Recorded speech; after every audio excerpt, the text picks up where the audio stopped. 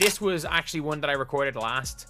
And I'm like, I have a video talking about there's something wrong with the Fever, how they look defeated, everything. And I still stand by those videos. Oh, you thought WNBA drama peaked last week? Think again. Lynn Dunn just detonated a verbal nuke on Stephanie White for treating Caitlin Clark like a glorified ball passer instead of the offensive hurricane she is. And folks, it's not subtle. Buckle up because this meltdown has everything. Passive-aggressive shade, coaching chaos, and a sprinkle of Indiana fury. Why is Caitlin Clark basically on a leash? Let's break down this spicy basketball soap opera. You won't believe who said what. Lynn Dunn didn't just wake up and choose violence. She chose a full compress of righteous indignation and sideline sass because apparently watching Caitlin Clark jog around the perimeter like she's auditioning for a Fitbit commercial while the Indiana Fever run an offense. That looks like a group project nobody showed up for.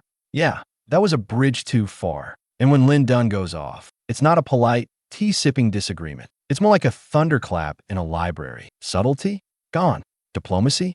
Evacuated the building. What we got instead was a seismic smackdown. That lit up every group chat from ESPN to the Fever's practice facility. All because one coaching decision scratched that one series of decisions. Had Caitlin Clark looking less like the NCAA scoring phenom and more like a decoy in her own biopic. Stephanie White, bless her clipboard, apparently thought it was a genius idea to turn Clark into an honorary traffic cone while the offense stumbled around like it was being called in Morse code. Let's just say the vibes were not immaculate. Dunn wasn't having it. The moment Clark's handles became background noise. In a playbook drawn with invisible ink, she launched into full executive mode. And when a GM speaks with that kind of Lovelace passion, it isn't just noise.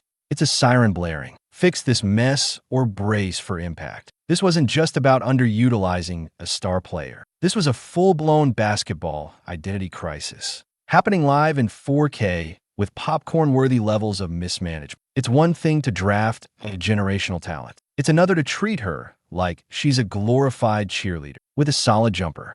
Dunn seemed to be watching the same circus as the fans. Clark constantly passing it off, defenders barely respecting her space, and the coaching staff looking like they're assembling IKEA furniture without the manual. And while Stephanie White might be playing the long game, aiming for balance or development, or whatever buzzword gets printed on the media guide, Lynn Dunn was done playing nice. Because there's no universe where you let the most electric rookie in years become an off-ball ghost, while the team clanks mid-range bricks like it's 1997. At this rate, Caitlin Clark might need a missing poster. Last seen, setting records in college. Now lost in Indiana's rotational Bermuda Triangle. Now remember, Dunn isn't some passive executive, chilling in a high-rise. She's a basketball lifer, a strategist with decades of receipts. And she's not about to let her prized rookie get turned into the WNBA's most famous bystander. The woman practically slammed the panic button with her shoe. What was her game?